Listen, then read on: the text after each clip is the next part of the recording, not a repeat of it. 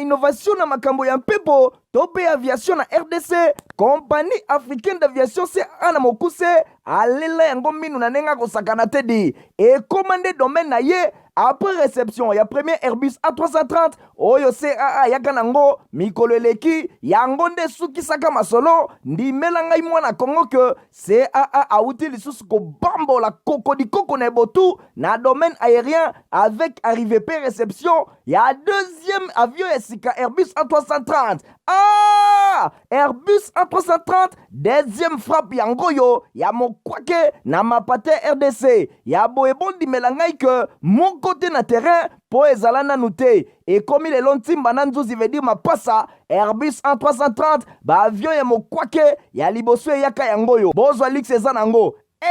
neti soki o matio kitana ote po confort nango eza na ba angle nyonso kobanda na bakiti na couloir na first class na classe économique et bongo bozo ya mibale yango yo nyonso eza na excellence pe noblesse moko hors pair boye bape bosimba que Airbus A330 eza ba marque ba avion oyo bomodaka na international ba compagnie aérienne de renom pe crédible nde basalelaka yango bokokuta yango na bamboka lokola Allemagne veut dire na Matshaft pe ba pays européen ebele kutu batu ya bafaire pe mingi ya minene na monde mingi basalelaka yango po na kitoko pe bopeto na luxe na yango surtout mécanisme ya sécurité eza nango chaque siège ndenge kaka boza komona eza na mwa mini télé oyo kotalela bafilme ennui, fatigue, okotika la koyoka yango te USB na pointe pour na chargement ba téléphone tope ba utilité mosusu Airbus A330 ya mibale ya CAA et combien eza na deux classes first class pour na bino ba grand monsieur na ba grande dame pe ba personnalité misusu ebele avec 36 sièges classe économique pe ezali pona bino bosalaka bafaire pe bato nyonso ba amoureux ba voyage avec 267 sièges mokoka sala voyage dans ba meilleures conditions ndenge nanu ezala te avec Airbus A330 ya mibale ya CAA avion ya sika oyo uti kokoma ekwei deja na mabele timba na nzuzi lelo mibale moko te na Congo bana Congo pe bapaya basepeli. Ah oui, CAA mfumu na ba innovation deuxième avion Airbus A330 yango ekomi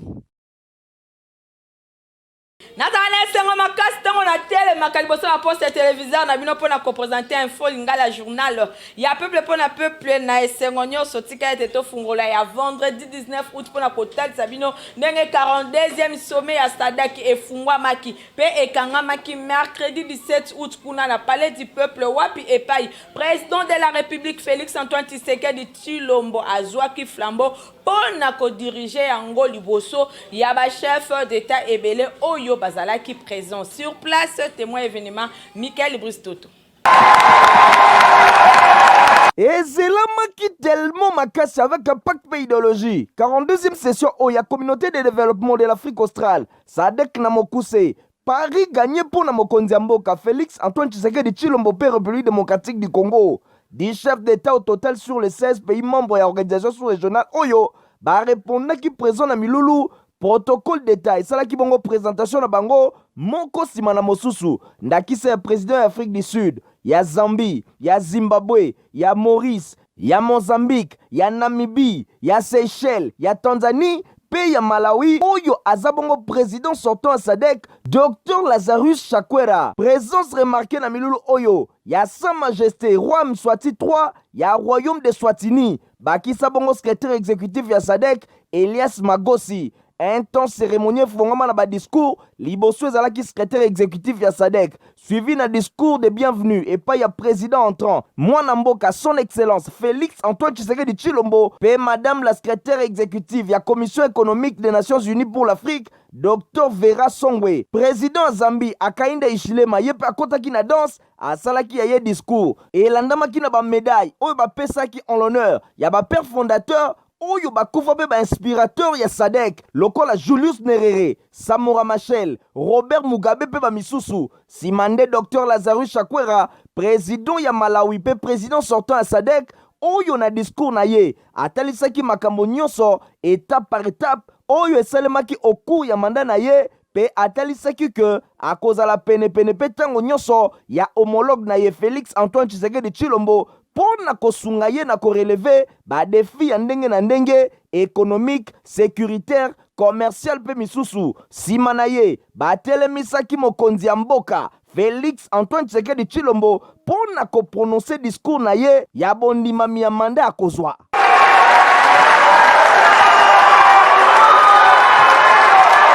Na maloba na ye azwaki engagement ferme ya kotombola ba groupement industriel régionaux nyonso oyo ekosalaki ba chaîne de valeur régionale elamuka penza pe kolongola nyonso oyo ezalaka lokola obstacle liboso na yango. Abakisaki ke République démocratique du Congo ekopesa liboso mingi penza tina na botiami na misala ya ba projet infrastructure. Asaluaki mosala malamu président sud-africain Cyril Ramaphosa, président sortant ya organe de coopération en matière politique, de défense pe de sécurité à SADC oyo asali yango nde kopesa ye nkonzo pe makoki ya kosukisa insécurité na Mozambique pe mingi penza na est ya République démocratique du Congo. Pe atalisaki ke République démocratique du Congo ekolandela pe kosalela oyo ba prédécesseur na ye basali na moto ya SADC. Sima bapesaki ye marteau synonyme ya bokonzi pona kokumbela désormais organisation sous-régionale oyo nesengwe assistance.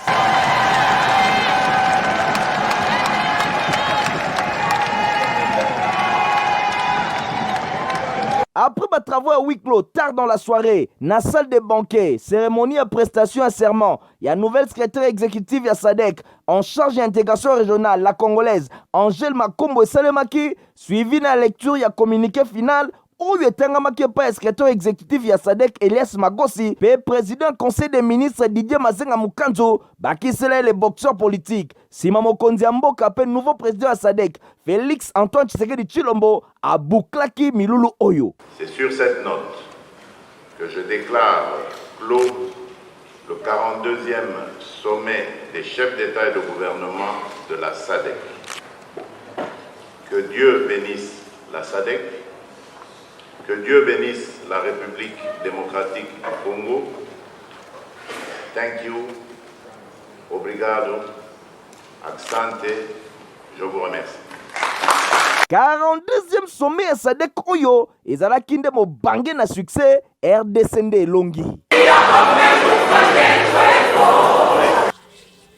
totikala kaka na masola SADC mpona kotalisa bino ke na baséjour na bango en la ville province ya Kinshasa wapi epai bayaki koaccompagner baépoux na bango na 42e sommet ya bachef d'état pe gouvernement ya communauté de développement de l'Afrique australe SADC na mokuse boyebake première dame ya Malawi ya Namibie Reine Eswatini pe délégation bango nyonso bayebaki solo na kovisite musée national ya République démocratique du Congo ndenge Stéphane Skande Nathalie Kaila Kapenda batali sibino Nabokambemi ya première dame ya RDC Denis Nyakero Tshisekedi ba première dame ya Malawi ya Namibie pe la reine Eswatini na délégation na bango basalaki visite na musée national wapi pai ba découvrir culture congolaise na ba diversité na yango. Visite guidée et permettre na bango ya koyeba histoire ya République démocratique du Congo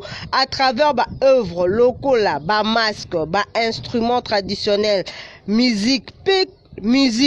couture, pe misusu. Bosimba ke 24 ans après koya na bango na Kinshasa, première dame ya RDC Denis Nyakero Tshisekedi asolola ki na moko ya ba première dame pona ko souhaiter bango bienvenue kasi pe ko solola bango ba question spécifique liée na ba organisation ya ba première dame d'Afrique pour le développement OPDAP na mokuse. Première dame ya RDC Denis Nyakero Tshisekedi atalisaki ba point oyo na madame Monica Ngengos première dame ya Namibie pe présidente ya OPDAP. Mokili mobimba célèbre chaque le 19 août ya mbula nyonso journée mondiale ya aide humanitaire pona yango info linga la journal ya peuple pona peuple et meki moi moke kolobe la journée yango à travers mongongo ya héritier Mapinde. Mokili mobimba célèbre chaque 19 août journée mondiale ya humanitaire ezali bongo Organisation des Nations Unies oni na mokuse a statua pona kokanisaka ba humanitaire par rapport ya mosala oyo bango bazali kosala pe ba risque ya ndenge na ndenge bazali kozwa bisika nyonso bazali un exercice ya misala na bango en tant que ba humanitaire pamba te bango nde batiaka loboko pona kosunga bato bisika na bisika oyo ba conflit armé ezali pe bisika mosusu bato bazali kubika mabe babokono ya ndenge na ndenge ezali koatake bato ba travailleurs humanitaires bango bakitaka na terrain pour na porter secours na population. Info Lingala, journal ya peuple pour na peuple ameki kozongela pour na kolimbola journée mondiale oyo le 19 août. Bongo attentat et salemaka contre hôtel Canal na Bagdad kuna et bomaka 22 travailleurs humanitaires. Katina Bango, représentant spécial du secrétaire général Yaba Nations Unies pour na Irak, Sergio Vieira de Melo. 5 ans plus tard, Assemblée générale Yaba Nations Unies ba adopta qui résolution Oyo ezali ko désigner le 19 août la journée mondiale ya aide humanitaire. Chaque année, thème ya journée mondiale ya aide humanitaire ezali ko permettre pour na ko rassembler ba partenaires ya ensemble du monde humanitaire pour na ko promouvoir survie pe bien-être ya ba dignité ba personnes oyo bazali touché na ba crise pe ba sécurité pe ba travailleurs humanitaires. Année oyo tozali ko talisa bazali ko talisa importance ya efficacité ya impact positif, il y a travail humanitaire. Journée mondiale de l'aide humanitaire. Ezali campagne ya bureau ya ba Nations Unies pour la coordination ya ba affaires humanitaires au Chanamokuse. Pour na oyo etali ba fepe ba chiffre etali fike na 2021 460 travailleurs humanitaires mobimba bazalaki attaqué 140 bakufaki 203 bazokaki 117 bazalaki kidnappé parmi ba humanitaires oyo bakufaki 98% bazalaki ba employés nationaux pe 2% ba employés internationaux expatriés. Plus de la moitié, 53% bango bazalaki ba employés ya ONG nationale. La plupart ba violence oyo esalemaki na Soudan du Sud, na Afghanistan pe na Syrie. Type ya ba victime oyo ezali komata considérablement na 2022 na raison ya guerre na Ukraine et pa wapi ba attaque ya ba roquettes pe ba bombardement ezali ko menacer ba civils même ba humanitaire oyo bazali kopesa aide. Selon aperçu ba besoin humanitaire 2021, 20,7 millions de personnes na Yémen, soit 67% de la population, bango baza na besoin ba aide humanitaire, 12,1 millions. Ya situation bongo baza na pasi pe na Yémen kuna et pa wapi crise humanitaire ezali komonana. Délégation de la Société nationale, ya chemin de fer ya Congo na Bokambemi, ya DG na bango Fabien Moutonte bakenda qui ko s'échanger na DGAI ya CNSS Dr Jean-Simon Fouti qui a coupo na koyeba ba nyongo oyo bazana ngopo ba futa bolanda ba détail élément o.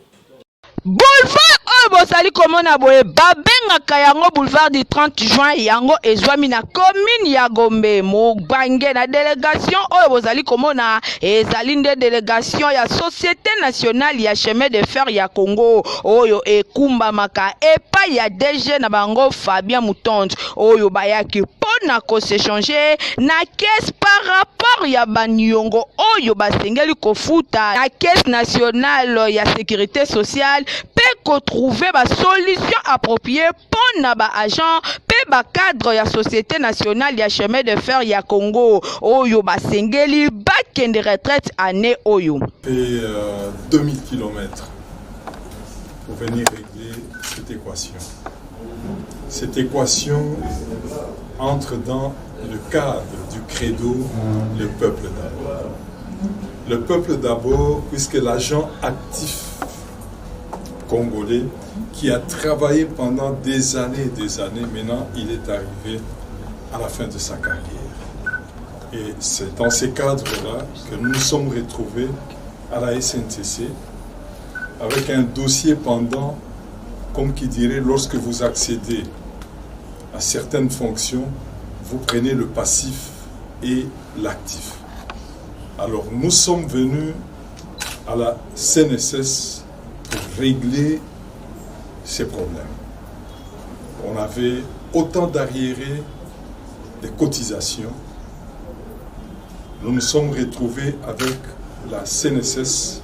Bosimbake na ngambo ya DGAI ya CNSS Dr Jean-Simon Fouti Kiako lokola azalaka papa malamu pe moto moko bien nde atrouvaki terrain moko d'attente oyo ememi bango na signature ya protocole d'accord relatif na paiement ya banyongo na bango ya cotisation sociale pour na prise en charge na caisse ya 57 agents pe cadre ya SNCC oyo baza éligible na retraite mvula oyo. Nous approcher dans le cadre du règlement des arriérés. Et nous nous sommes dit que pour terminer ces problèmes des arriérés, d'autant plus que la carrière de chacun des futurs bénéficiaires des prestations sociales devait être retracée, il a fallu que les experts travaillent là-dessus. Et nous sommes arrivés à retracer la carrière de chacun et ces montants vont être couvertes sur base du protocole d'accord qui venait d'être signé avec un montant clair. De telle sorte que les bénéficiaires de demain des prestations sociales bénéficieront d'une pension qui découle des calculs tels que contenus dans la loi et dans les textes réglementaires. DG Jean-Simon Kiakou a exhorté na ba entreprise mususu ya ko emboîter les pas na SNCC. Mwana Victor Bosoku, coordonnateur et initiateur de la structure État des droits, a quitté Kimokola jeudi 18 août na orphelinat Caroline Okuna na commune ya limité pour na ko visiter ba orphelin et pas yuapi amemela ki boango ba vivre pe ba non vivre pe abakisela ki bango lisusu ba frais scolaire ndenge edi Imbani Michael Brustoto batalisi à travers reportage o. Moto ya batu, muto moko bien, fumu ya papa social oyo boyebi, Victor Bosoku et Kaka, les leaders des jeunes, oyo bazobenga mikolo la force non utilisée, na motema na ye boboto, ndenge ya mesala kosunga, akitaki moko awa na orphelinat Carlino, oyo ezomi na commune ya Limete, na qualité na ya coordonnateur pe initiateur, ya structure état des droits, pe président et fondation eza na kombo na ye, ensemble na équipe oyo accompagnaki ye, ayaki awa na orphelinat Carlino na commune ya Limete, ezalaki mpona kosunga ba orphelin, to bana oyo bazanga baboti, bana oyo bakelela, oyo bazalaka awa, amemaki zamba ya biloko boza komona, ba vivre na ba non vivre, nyonso pona kosunga bango, surtout na période oyo, kolia baza komilengela pona rentrée scolaire, bana oyo bazanga surtout eloko te, likolo badon oyo, abakisaki kingoma ya misolo, à travers enveloppe ekuba, ya kiloneti moelon, bana pe ba responsable ya centre oyo, tango bamonaki geste oyo en tout cas, basepelaki makasi. Nzambe abosa na bino te place nyonso bokokende, bozala na difficulté te, pe elo nyonso bozala ngo posa apesa bino. Bino merci, surtout na papa Victor, na geste oyo asalaka pona bana. Po soki ye te ye moya ko vivre te, po azana eloko te akobokola bana. Présence na biso awawa eza bongo pona ko accomplir mission na biso.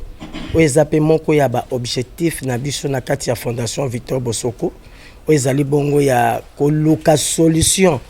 pona ko développer social na ba action humanitaire sur le terrain, ba conditions de vie.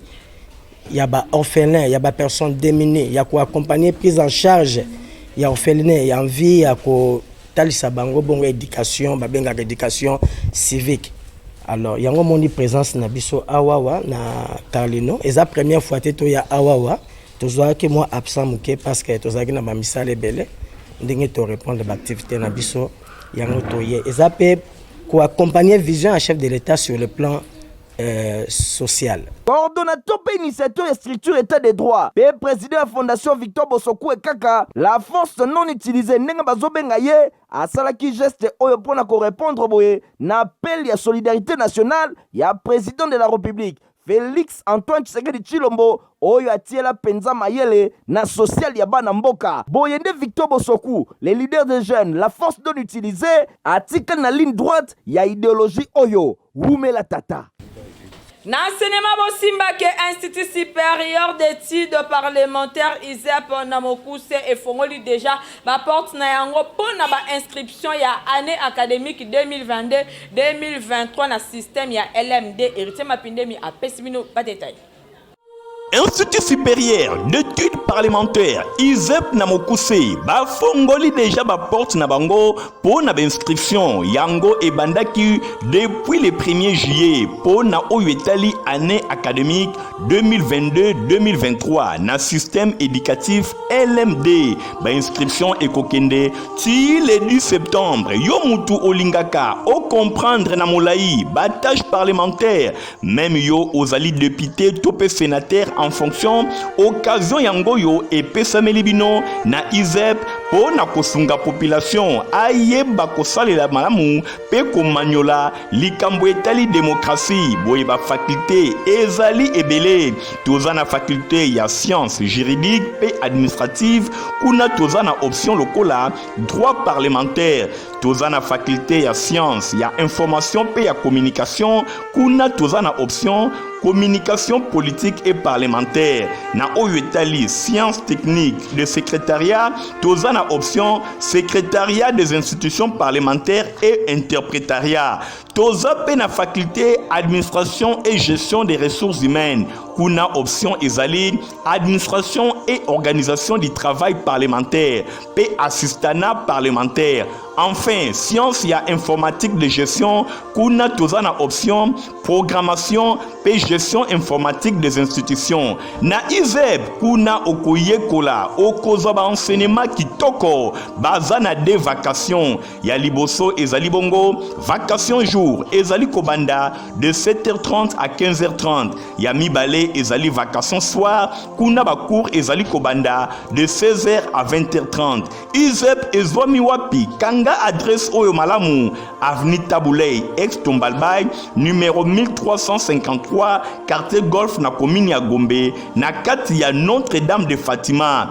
ISEP eye pour na formation na bino ozali député ozali sénateur même ba oyo bazali en fonction to ozali assistant parlementaire to pe suppléant to pe olingaka kosalela yango ISEP ezali wana pour na formation na bino ezape na centre de recherche en études parlementaires kuna ba organizaka ba séminaire ya kafu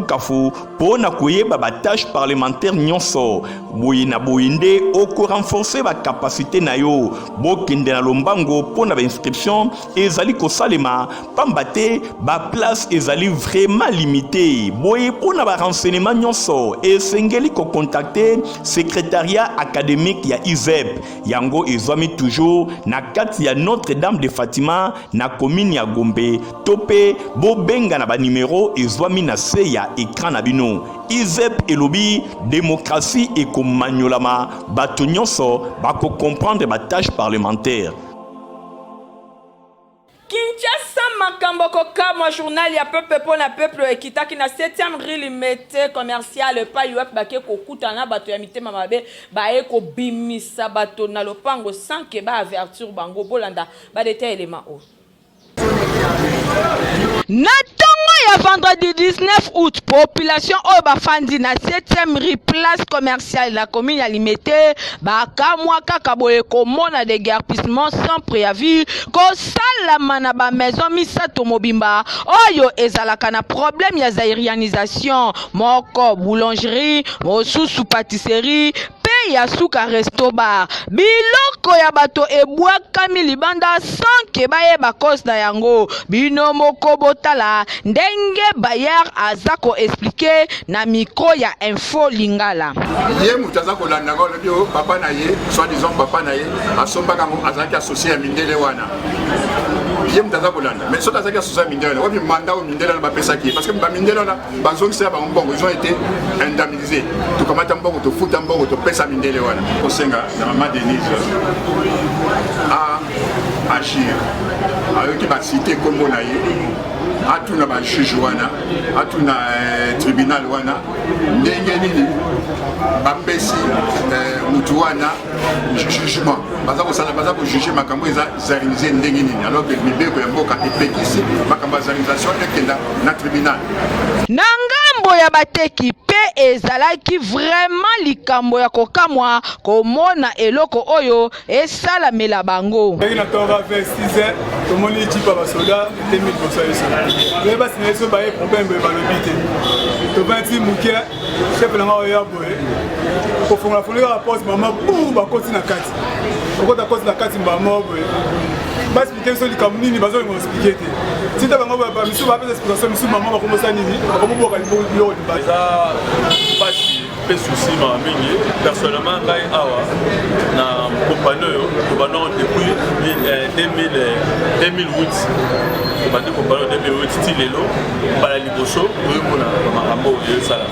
ezaki ba année elekaki pardon ba yaki lupango eza mundele moko mundele akendaki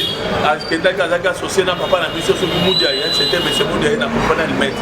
tobandi ke ba autorité ya mboka bakosala nyonso justice esalema pona korétablir bandeko oyo na badroit na bango po baza na badokima na bango nyonso en bonne et due forme. Même déguerpissement esengaka préavis to avertissement oyo esalami awa ezali penza malamu te. État de droit esala mosala na yango. La couleur région Bosimba que église mission évangélique gauchenne baza kolenge la mobange na campagne d'évangélisation kuna na Kankokolo du vendredi 19 au samedi 20 août 2022 ndenge Nathalie Kaila Kapenda atalisi. Tout doit changer à partir ya mokolo ya lelo. L'évangéliste Diba Wanzambi, l'homme de Dieu oyo asimbi ngwende pona lokumu ya Nzambe ponyoso ebongwana elongo na émission évangélique Gauchenne. Yo nazoninga na présenter yo mutu wana zana kombo ya Jésus Christ Nazareth. Yene metolobi ke te makambu nyonso il faut échanger à partir de lui.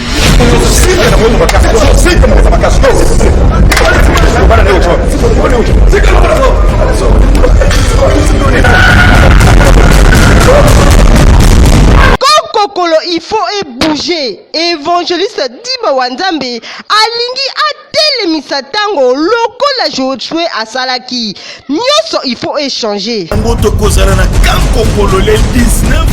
le 20 août à partir de 15h bien aimé. Na thème biso munene le Dieu des armées. Pourquoi le Dieu des armées? Bazo bengaye Jova Sabaoth, c'est-à-dire azanzambe ya bitumba. Décision ya kotelema na campagne oyo kwena kotoya soma ezosala na kati ya Congo, na kati ya armée, na kati ya église, na kati ya foyer, na kati ya société tozoboya ngo nyonso. Ndeko mutu alonga ye azalite uta mokili ebongwana. L'évangéliste Diba Wanzambe azui décision. Nazoninga na informe yo Nzambe a utilizaka eloko nyonso oyo ye akela tokozwa neti mupepe tokozwa neti mutu tokozwa neti mabele nyonso Nzambe a utilizaka ngo mais mukolo wana bien aimé nazoninga na yebisa yo Nzambe ako utiliser maloba na ya munoko ekobima na forme ya moto oyo nyonso okoboya nde ekosalema. Yaboye nazanga nakozanga te yoka lisusu rendez-vous à ne pas manquer. Pourquoi pas na tango na biso babengaka ye omnipotent, omniprésent, omniscient, c'est-à-dire oya salaki il est le même hier, aujourd'hui, éternellement. Oya salaki na tango wana pourquoi pas ça? Silika bien aimé telema toko sambela bitumba oyo ya Congo eza ya yo. Kokolo samedi 19 août mokolo ya 20 août 2022. Bona bino nyonso boza na problème ya suki to pe ba poil produit eza semo ko na République démocratique du Congo eza bongo Tomexil oyo eza wana bona solution ya ba suki na bino ndenge héritier Mapindemi atalisi. Produit Tomexil eye po na bino nyonso boza na ba problème ya suki basi pe mibali même bana oza na ba problème ya suki ebimakate libandi ezali kokola ba poil ezali te produit eza kaka moko babengi Tomexil oyo ekoki kosoigner yo ekopesa yo solution pe ekosunga yo libandi ekosila pamba te ezalaka maladi etekami esika moko kaka na quartier Banunu 1 numéro 1C na commune ya Matete osombi produit Tomexil esoigner yo. Tomexil eza kisi ya suki tala neti ngai naza wa depuis kala na yebi banani bazayaka wa bazalaka na suki te suki bota ba témoignage ezali bomoni pe na bilili eza lokuta te kutu ba photo bozomona ngai mutu nakangaka yango ba photo ebele eza na telefone awa soko ye ba liboso wa bomona kolakisa yo. Tomexil eza vraiment traitement eza wana tango mutu aye liboso totala nanu suki na ye tango tokotala suki na ye ba produit ezalaka mibale tango mosusu tokomona suki na yo oyo okosalela directement Tomexil te tokobana na pomade na biso moto oyo tokopesa pomade akozwa pomade akesalela na ndako ti tango pomade esili akozonga rendez-vous epa na biso biso nde tokotala pomade asali suki bandi kobonga ese akontinue na pomade to suki ebongi akota mbala moko na Tomexil omoni nde tosalaka recteur ndeko moni tokomi na mire wana meka okopesa sango ça veut dire eza kisi ya pota libumu eza na kisi moko te na Kinshasa wana koloba o eleki recteur donc tokomi meka okopesa sango tango koya omona bakisi nyonso eza wana tokoyebiso kisi oyo eza pona boye mais recteur na yebiso eza kisi hémorroïde eza kisi moko ezale moko de ebimaka libanda ezalaka ebimaka te tango topesi yo conseil nanu kote hémorroïde osali kisi na biso yo nde komemela biso sango. Na cadre pe ya élargir ba activité na bango ONGD de la forêt à la pharmacie DFP na Mokuse bazali ko recruter ba agent marketeur moto nyonso azali intéressé kende na quartier Banunu 1 numéro 1C na commune ya Matete et pa wapi recrutement ya ba agent commerciaux pe ba marketeur ezali ko salema okozala embauché pona kosala mosala na laboratoire Toramac. So yango nde pesinga nzela na boucle journal ya peuple pona peuple reçu qui sango bongo te sonke na remercier Jadine Malembe oyo akumbela ki édition na sima caméra to sala ki bongo na Igor Ntingi montage sima maki na Christian Kengebe ni pe Fabrice Lundo mi journal ya peuple pona peuple ezara supervisé pa na moko héritier mapine mbande ko botika malamu ngala bino to kutel moko na lobi au revoir. Innovation na makambo ya mpepo tope aviation na RDC compagnie africaine d'aviation c'est ana mokuse alela yango minu na nenga kosakana tedi et commandé domaine na ye après réception ya premier Airbus A330 oyo CAA yakanango mikolo eleki yango nde sukisaka masolo ndimela ngai mwana Kongo que CAA auti lisusu ko bambola koko na botu na domaine aérien avec arrivée pe réception ya deuxième avion esika Airbus A330 Airbus A330 deuxième frappe yango yo ya mokwake na mapate RDC ya boebondi melangai que mon côté na terrain po ezala nanu te et comme il est lontimba na nzuzi veut dire mapasa Airbus A330 ba avion ya mokwake ya liboso yaka yango yo bozwa lix eza nango